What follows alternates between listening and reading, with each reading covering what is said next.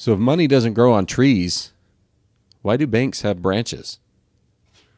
My kids have been on eBay all day. If they're still there tomorrow, I'm going to lower the prices. Look at you with the dad joke. Let's go.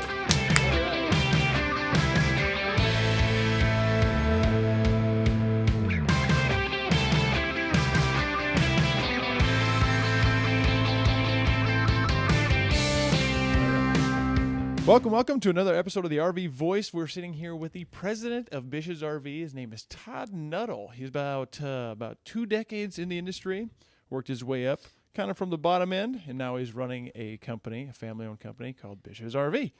Well, I'd really like to welcome you to our show. Thanks. Glad to be here. Yeah, so what? I think. Well, I'm glad I'm here too. So today I kind of want to talk about what makes, there's always been like a distaste with dealerships, whether it be auto, RV, and I kind of want to know why. Why you think that? You've been here in the industry for quite some time.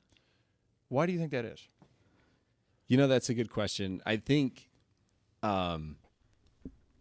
we're trying to get to the root of that, understand from customers, and we ask a lot of questions and jump on Reddit from time to time and throw questions around and try to understand what consumers think and feel. But I think it's really, throughout many years, there's been an element of distrust that's been created from dealerships to consumers. And I think it's built largely on the back of dealership practices that are designed to, do something to the customer instead of for the customer. Yep. And so, early on in my career in this industry on the RV side, a lot of employees, especially on the sales side, had migrated from the auto industry to the RV industry for one reason or another. And it would be interesting to hear them talk about the auto industry back in the 80s and in the 90s and just kind of how wild, wild west it was and the things they could do that they no longer could do because the internet was giving customers too much information. Oh, yeah. Right. So I really think that in the industry, there's been a desire to keep things from the customer so that you could maximize your gross profit or do different things. And I think that's created a lot of it. It's created a lot of the lack of trust. Yeah. So the trust is actually vice versa now. Like we want to try to build as much trust as possible versus before, I want to hold it back. I wanted to hold out everything back so I can make more money. Well, yeah. At Bish's, that's why when I first interviewed at Bish's as a salesman, I was like, going in a dealership, I was like, there ain't no way I would ever sell at a dealership. Turns out I liked it. Yeah. But anyway, I wanted to give everybody this, just trust me. Like I'm telling you, this is a great place. We're going to take care of you. So I really appreciate that about Bish's. But Bish's that's like one of our forefronts. That's how the company kind of got started. Like it was. Yeah. I mean, I don't think we're perfect. And I think that sometimes you ruin trust too, because your processes don't result in the quality of experience that a customer wants. Yeah. And it's not necessarily what you want either as a dealer. So you have to learn from those experiences because that's part of it too, right? You need to be able to deliver on what your customers expect. And I think that's something we still battle with. It's part of what makes me love what we do is because we can continually get better and see the progress and make changes that hopefully make the experience better for the customer. But yeah, absolutely. I mean, our industry has an opportunity to be more transparent. And with the information age that we're living in, there are a lot of times when a customer knows more about the RVs they're looking at than our people do because they've studied a specific brand, a specific model. They've researched hundreds of articles and information before they ever step foot at your dealership. And so the buyer is so well informed. And just being transparent in the process is really our goal. That's what we want to try to achieve is be transparent, be upfront, no hidden secrets or games being played. Just here it is, take it, leave it, and then hopefully have just an outstanding experience after the sale to keep them in the family for as long as we can. Yeah, and that happened to me. I had several people walk me around the RV and teach me about it. Like, I'm sorry, I don't know everything about a Jayco Pinnacle. I was like 6 months into it, and this old guy's like telling me, this is this, and this is water bay, you can do this and switch and all that. Yeah. It's like, oh my goodness, man, you know way too much. But I'm glad he did. I'm glad he can find that information, because not every website out there, we're trying to do everything we can to get out the blogs, get out the information. Every information you can think of, we're trying to produce it. Manufacturers' websites aren't always the best. It's hard to find that information. Thank God we have Josh. Josh goes in there and tells you everything you need to know. He's crazy. He's amazing. And he can remember information that most people forget so fast. Yeah. That and jokes. He can remember every joke he ever hears. I think he retains on instant recall. It's sitting back there somewhere. I think it's interesting. We sat down, maybe it was less than a year ago with our marketing department. Mm-hmm. And essentially working with the team and in marketing, I was really impressed. The direction that our marketing team wanted to go is say, we're not really a marketing team. We're an education department. We need to focus on providing the information that customers are looking for, that they need to know. And over the last, it's probably been about 6 months. You were involved in those discussions.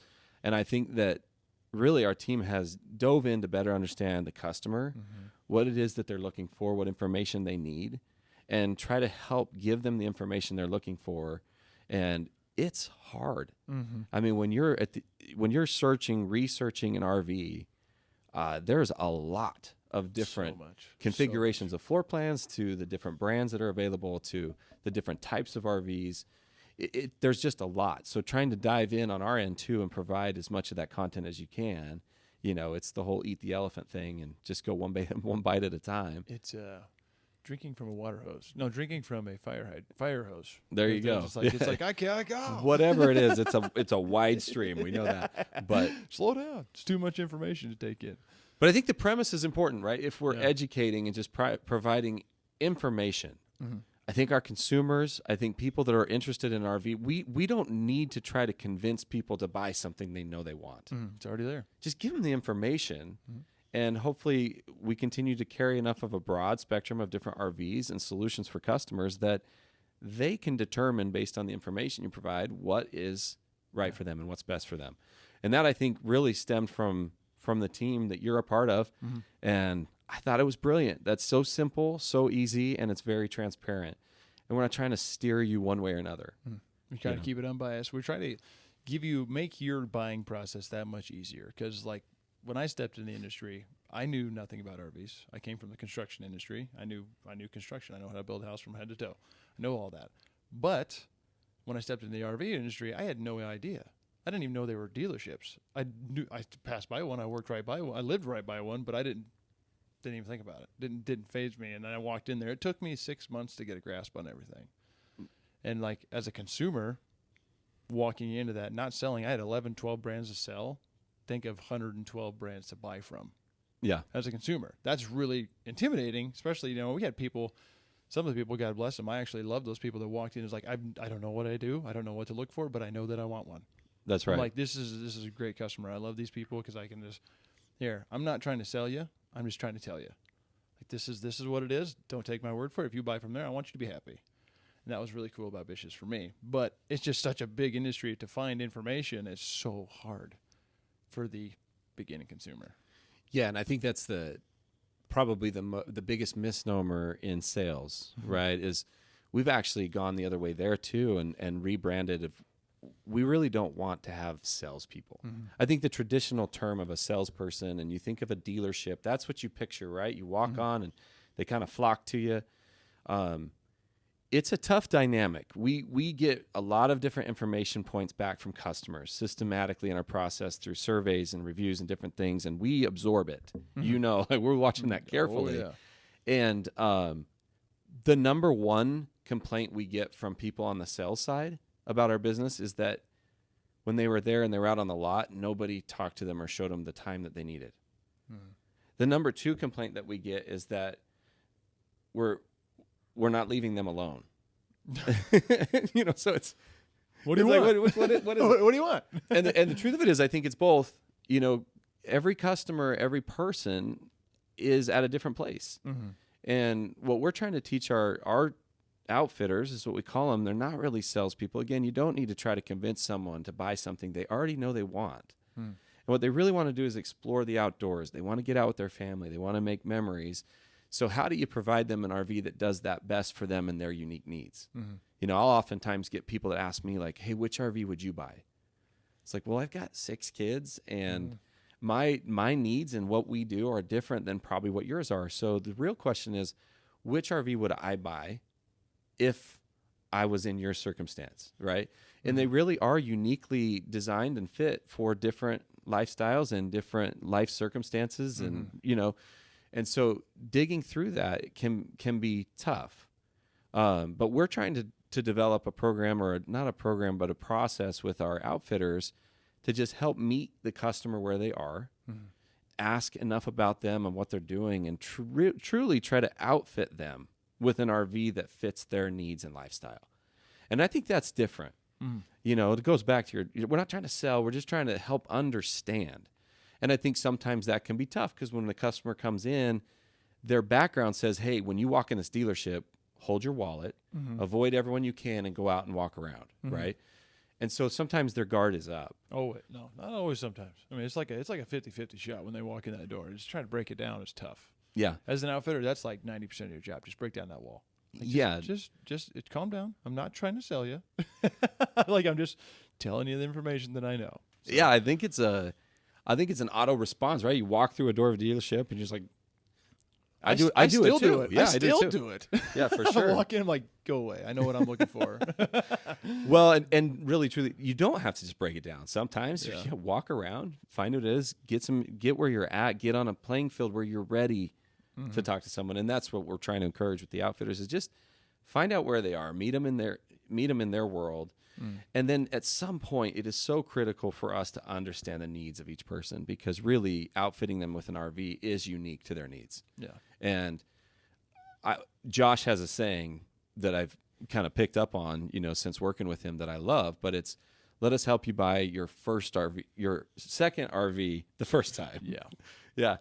And that's the goal. We looked back at stats, and the number one,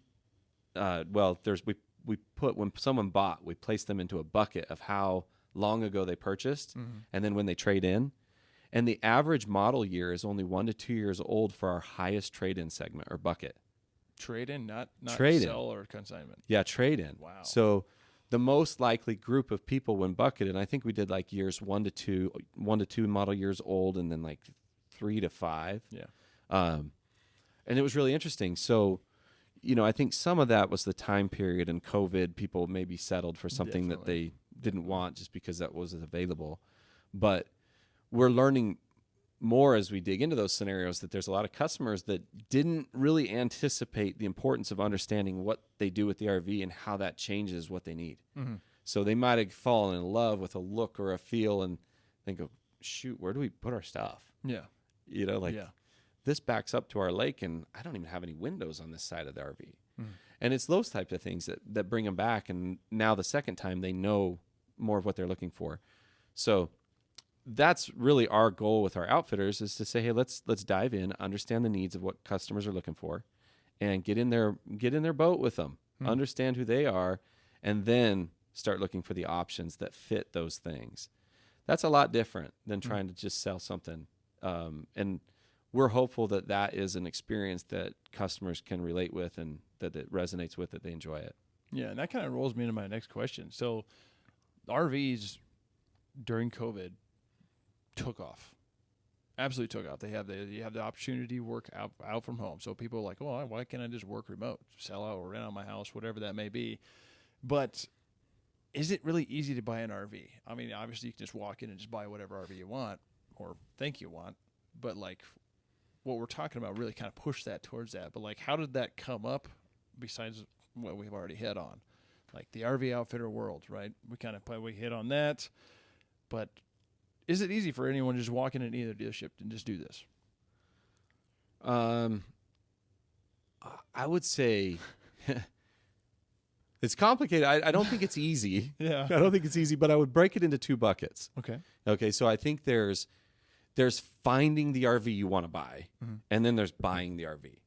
So if you break it into the 2, okay, right? I think finding the RV you want to buy for a lot of customers is a lot of fun. Yeah. You're out. It's kind of like house hunting, and you're dreaming and you're seeing stuff, and the kids are there and they're climbing on the bunks, and it's just fun. It's exciting.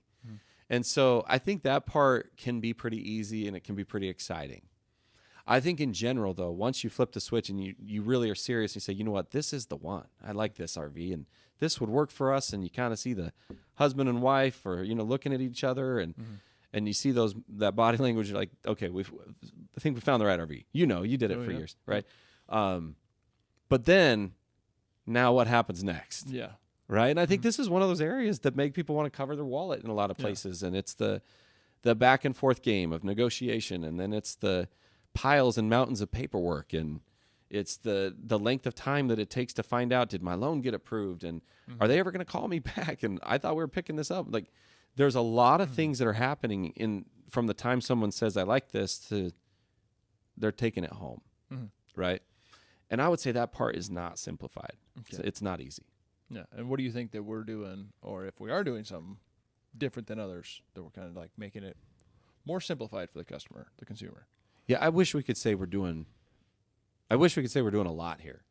We are doing a lot of work on this particular piece of the experience. Yeah. Along with other parts of the experience, but this is something that we've narrowed in on, and it is something we're focused on. But a lot of the fixes and things we're doing, it's almost like when you're building a house, first of all, you got to have some architectural plans, and then, you got to hire the contractors and then dig the holes and put the footings and foundation, and you were in construction. So, I would say that we're kind of in the foundation has been dug, footings are the cement is laid, and we're getting ready to put up the walls. Okay. And the framing, I would say that's about where we're at in this portion of the customer experience. But our hope is that we can really simplify all parts of that and make it incredibly simple and fast. Yeah. So the time once you say, I like this, I want to buy it, that it's 15 minutes, and then you can be driving your RV home if that's what you want. Yeah. So that's where our head is at, and that's where we're going, and we've got a lot of things in motion. But to do that right, it wouldn't make sense if we went through it, but there's a lot of things to tackle from our end in processing and banks and everything else that we're in the midst of. There's moving parts that not everyone knows.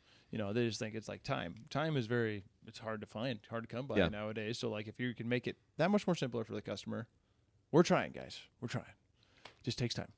Well, I don't think they care, right, about how the sausage is made. Just deliver a great experience. That's what everybody wants, and I think the companies that have proven to do a really good job of that, like, they make it feel so simple, yet behind the scenes it's so complex, and there's a lot that they had to tackle, but they take the effort and do it. And I will say on this part of the customer experience, we're years into some developments that we're doing that will come out, and you'll see, and it will become very clear that our process will be different than what your traditional and typical buying experience will be. Yeah. So one thing different is like the auto industry. Like I've always heard this, like we're a little behind the auto industry. I've heard that. But the auto industry, you can take a car home that day. Like you walk in, hey, I want to take it home. They're like, okay, well, grab some coffee, hang out for a bit, we'll get it ready. And then you sign your paperwork in that midtime. Why can't we do that? And not everyone knows that, because I get that question all the time. I want to take it home today, which we can do. It's just not always the simplest process. So would you mind walking us through that a little bit? Yeah, I mean, I think to answer your question, we can do it. Yeah. It can be done. Yeah. Right? We're not there to do it yet, and there's a lot of reasons, again, why it doesn't happen. It's not an easy thing to do. First and foremost, this is probably more like, it's a blend between buying a car and buying a house. Yep. You think about the hundreds, if not thousands, of different components on an RV, and our average dealership, we've got some that are pretty close to the factories, and then we got some that are very far, like our Oregon dealership. To get an RV from the middle of Indiana to Oregon, that's a haul. And I mean, it's experiencing an 8.0 magnitude earthquake from there to there. And by the time it gets to the shop, we are first steps, putting it in the shop, having technicians look at it, and going through it to try to find and make sure that thing's ready to sell. Despite our very best efforts right now, which are not good enough, by the way, But despite those, about 45% of the time right now when we sell an RV, a customer has to bring it back in the first 6 months for some warranty work. And so if you think about a home, and if anyone who's purchased a home, when you're going through the process, at some point there's a home inspection, and you have somebody that comes out and spends a day. A lot of times, and they're out there for a while. They're out there, and it takes a while. So they're inspecting the entirety of your home. The process of inspecting an RV is a lot more like that. And I mean, you're getting someone who can understand plumbing and framing and fit and finish, as well as electrical and a myriad of everything. So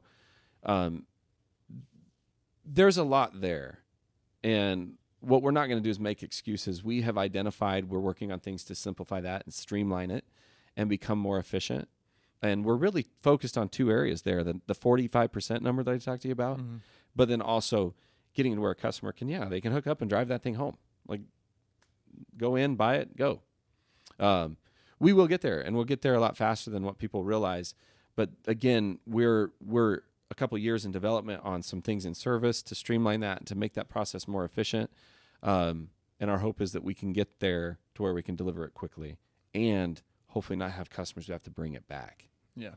So kind of you hit on service, the 45-minute thing. We're actually hitting, if you haven't heard of Bish Fix, check out BishFix.com for one.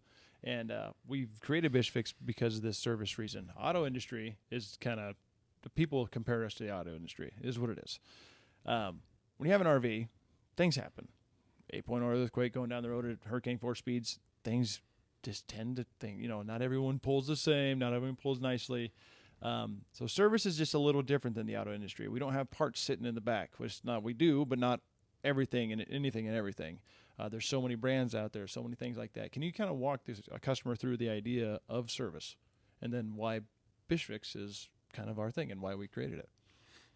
Well, I think service is another one of those, when you look at what's wrong with our industry or the problems that we face, right? Correct. I love this industry, and there's so many things that are awesome about it, and I love RVing myself and camping and getting out there, but I think that this is a pain point. And car dealerships, just think about it where we live. We're here in Boise. How many different Ford dealerships are there in Boise? I haven't been 2 to 3? Yeah, maybe. Right, in the same area. Well, when you're looking at an RV brand, your nearest dealership is probably hundreds of miles away. So there just aren't as many RV dealerships because there's not as many RVs sold as autos. And so as a result of that, our average customer lives somewhere in the vicinity of 45 minutes to an hour and a half away from the dealership that they purchase from. On average. On average. Okay. Well. So we have some markets that are more tightly clustered than that, but then we have others that are spread out even more. And so the average consumer is coming from quite a distance. So that statistic that I talk about, that 45%, we watch that closely and we're working to drive that down. And it's different by brand, and it's different by what their quality is when they come to us. And so if you're a consumer, just think about this for a second. You buy an RV, you live 45 minutes away. Let's just say an hour for simple math, but you live an hour away from the dealership. You're out camping. You have a wonderful weekend, except your hot water heater didn't work the entire time you were out camping. Burr. Right? I actually had this experience today. This was a customer from today. This was their review, and it was their review of Bish Fix. But you're out camping, the water heater doesn't work. It's kind of frustrating. You don't have any hot showers. And anyway, so the traditional process of service is you get home, you're now got to get your RV in for service. So you're calling to figure out how to get your hot water fixed, your hot water heater. And on average, the customer will spend, believe it or not, a couple hours on a Monday trying to get an appointment with the average RV dealership. So it just so happens the call volume of service requests on a Monday can be as much as 4 times higher than the other days of the week because everyone's out camping on the weekend. Yeah. Right? So then they call up, and they can be on the phone or trying to get through and trying to get a human on the other end of that phone for quite some time. Yeah. And so now when you finally do set the appointment, because you got to take it in, they're not going to have your RV plugged in, powered up. So you're taking stuff out of the fridge, you're unloading things, you're getting your everything kind of out in a position where you can now drive it out to the dealership.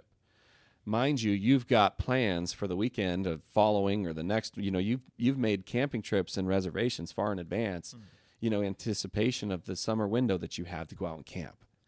So we're mindful of this and the pain of unloading your RV. Then now I got to drive it to the dealership that's 45 minutes to an hour away from my house. Now I don't just have to drive there once. I got to drive there, drop it off, and go home. Meanwhile, most of our people are employed that have RVs and need to be at work, and they're taking 2 hours out of their day to get the RV where they need it to go. And then when they get to the dealership, they're walking through this RV with some, service advisor, someone that they can show what's going on, help them understand what it is so that they can get it dispatched to the shop. Mm-hmm. So we talk a lot about this with Bish Fix. There's some industry statistics. Let's put a link to the report, but every month there's a new report that comes out that shows with hundreds of different RV dealerships what's the average repair event cycle time. They call it RECT, but it's how long on average does that RV sit at the dealership while it's supposed to be getting repaired. And if that hot water heater needs a part and is covered under warranty, it's averaging upwards of 90 to 100 days on average, depending on the month, to get it back. That's a third of the year. And there's not very many consumers that buy anything that expect that. No. My hot water heater's broke. I'm taking it in. I'm thinking I'm going to have it back by the weekend, take it out on the next camping trip. And I'm not thinking 3 months. Yeah. Right? But that's the industry average. So that's a problem. That is broken. That's something that's absolutely broken in our industry. And there's a lot of eyes on it. There's a lot of attention.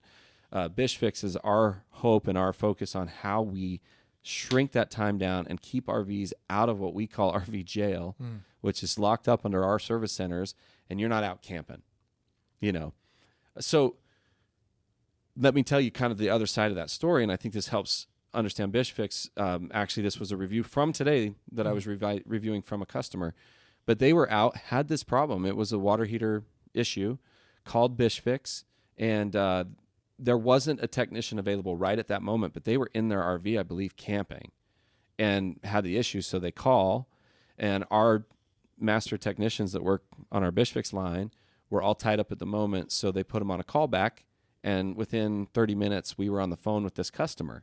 And so our technology that we use allows us to see what the customer sees in their RV and walk around it. So that he's showing them. Within 15 minutes, they were able to figure out what was going on and that there was a bad connection. He was able to walk that customer through what to do, fix the connection, hot water heater. Literally a phone call that was answered on the second ring, which is a big focus of ours, is how fast can we answer these calls? Mm-hmm. And we're not always set within 2 rings. We're working on it. And mind you, on a Monday, it can be extreme. Yeah. But he didn't wait till Monday. He did it on, I believe it was Friday or Saturday, while he was out in the RV. And that makes all the difference in the world. They had hot water at their campsite during their camping trip, and it took 15 to 30 minutes on the phone call with the technician to just have it fixed. Versus 90 days. Yeah, and take it back. That's a huge gap. Yeah, the other piece of that, though, is how long just to get your RV unloaded, the calls to the service center, you're driving your RV in on average an hour. The stress, all that. Oh, my gosh. We had no idea exactly what the results would be with Bish Fix and when we put the process in place. But 43% of the time, our experience is like this, where we're actually getting customers fixed and taken care of and resolving their issues, or sometimes just troubleshooting with them or just teaching them different things they didn't remember about their RV or didn't know. And 43% of the time, their issues are resolved when they hang up the phone with our technician, and they never have to bring the RV in. That's cool. That's a big toss-up. I mean, 50-50. Like, give a call. It could be an hour. Or it could be whatever. What's our rec time now? Because we've also shrunk that too. Yeah. So, on the average for these customers, we're averaging about 28 days right now versus 90. Yeah. That's a third of that time. Yeah, and it's come down. We have a long way to go. Yeah. We would really like to see that the average repair is less than 3 hours. Okay. Wow. So if you're spending 28 days for a 3-hour repair, we still feel like we have a long way to go. However, keep in mind, 43% of them are happening on the phone. Oh, yeah. So those are out of our equation where before they were in the shop. So we're slowly ticking that down. So we don't even. It's kind of almost a game of catch. We don't count that in the number because really it's this customer that has to drop their RV off. How long does it sit? And about 25% of the time, the people who drop off are getting it out within 1 or 2 days. That's awesome. So it's getting better and better and better. We still have our challenges. We're better in some stores than others, but it's something we're really focused on. It's something we're really passionate about. It's something we're having a lot of fun with. It's a lot of fun. Yeah. You should talk to James. You did talk to James. Yeah. It's a lot of fun. For the first time in my career, everybody on the team wants to be on the service side of the ball. Yeah. It's exciting. They're like, I want to be in service. They see all the fun stuff and the progress we're making, and it's a lot of excitement on our end. The service managers are not loving it all that much sometimes. Okay, why is that? They're finding out they don't have as many people coming into their shop.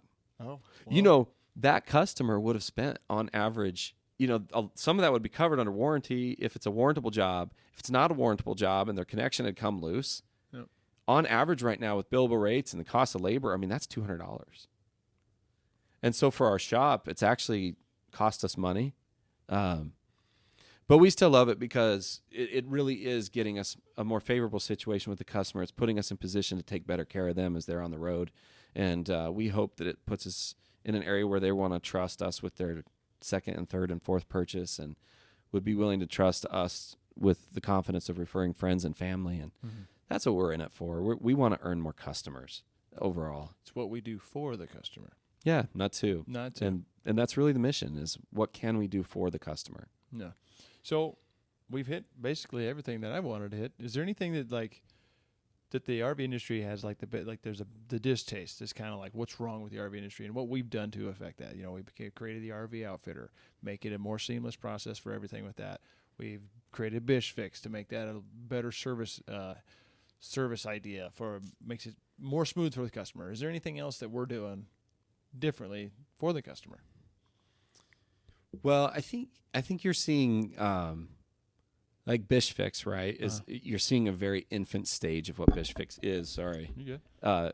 Versus what it will be. Yes. So the short answer is yes. There's a lot of things that we're doing, and there's a lot of things that are in motion, and we're very strategic about what we're working on, when we're working on it. If I only had one flaw, which I have a lot, but if I only had one, it's that I have a really hard time focusing on one thing at a time. I want to tackle everything. Right? It's not a bad. It's a good thing. You notice that? But we have a lot of things, and we're strategically addressing and attacking those one piece at a time. There's a lot I won't talk about right now. Just there are things, if I talked about them now, like you're not going to see some of these things for 6 months to a year to even 2 years that we're working on that will come out and that will be, we think, industry revolutionizing. We don't believe, I'll just put it this way, we do not believe that the best way to buy an RV or service an RV has been invented yet by us or anyone else. So there's things coming. There will be, there are things coming. So we'll talk in 6 months. We'll talk in a year. We'll talk in a year, 0.5. Yeah. Oh, cool, man. Well, do you have anything else you want to cover?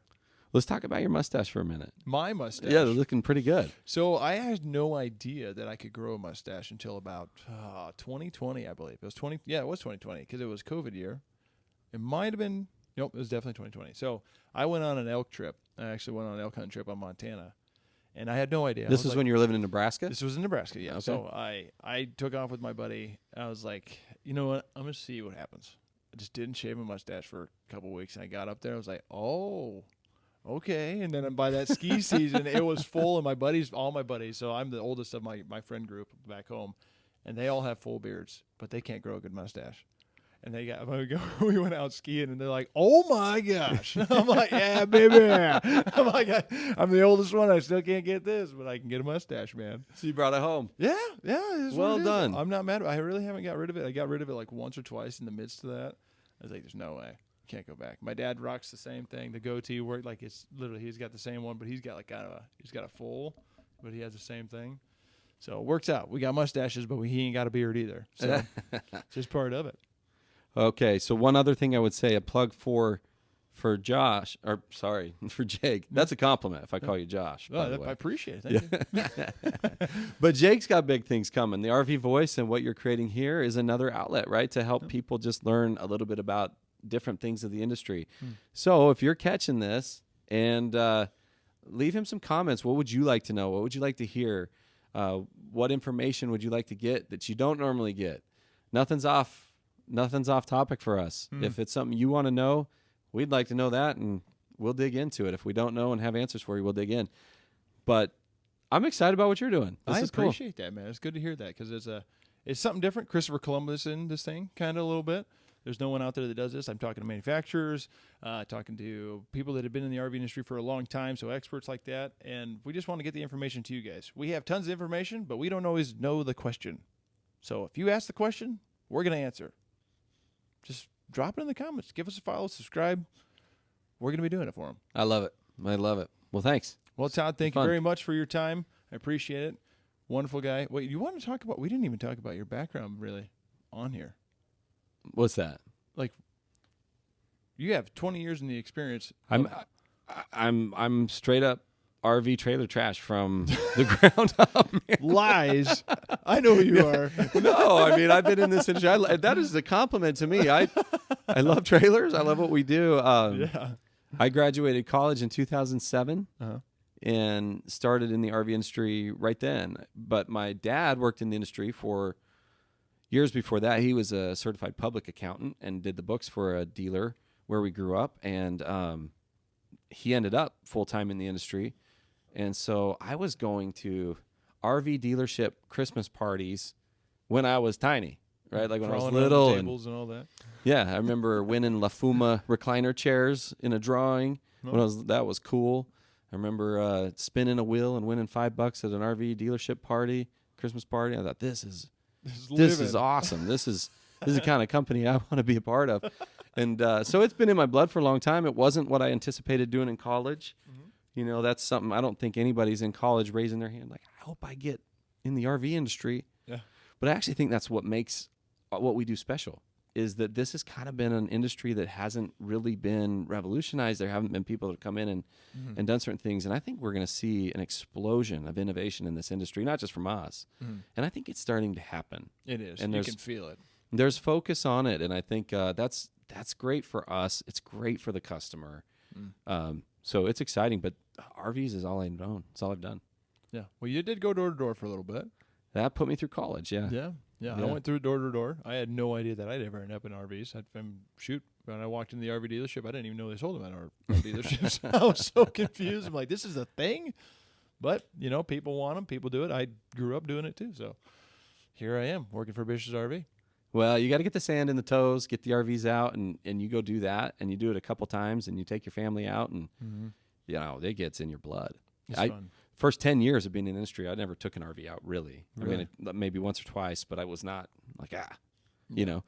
But then as my family's got a little more established, and you're thinking, man, we need to really spend some time together, it changes the way you look at it, and you go out, and, I mean, my kids, of all the things we've done, and we've been some pretty cool places, going to Yellowstone and Glacier in an RV is something that they loved it. It's some of our favorite moments in vacationing, period. And when you have that, it really puts some sentiment behind what you do. And I love this industry. I think we owe it to our customers to make it a even better and better buying experience, servicing experience. And hopefully, if we are successful in what we do, Jake, we're going to become invisible to the customer. Their experience buying an RV, getting it serviced, it's almost not a thing, right?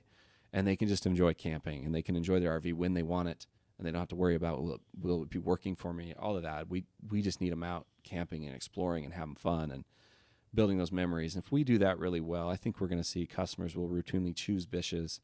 And if they don't choose Bish's, it's because there's a good reason. We either need to figure out if we can attack that too, or it's because they had a better opportunity to do something elsewhere, and we helped provide them information that maybe helped them make that decision. We're okay with that too. Yeah, that was a big core of my salesmanship. I was like, well, if I ain't got it, I just want you to be happy. Yeah. Like wherever it may be, if I give you information, help you along the way, thumbs up, you'll remember me. So, yeah. Bish's RV, where memories begin. Todd Nuttall, President, not CEO. Thank you.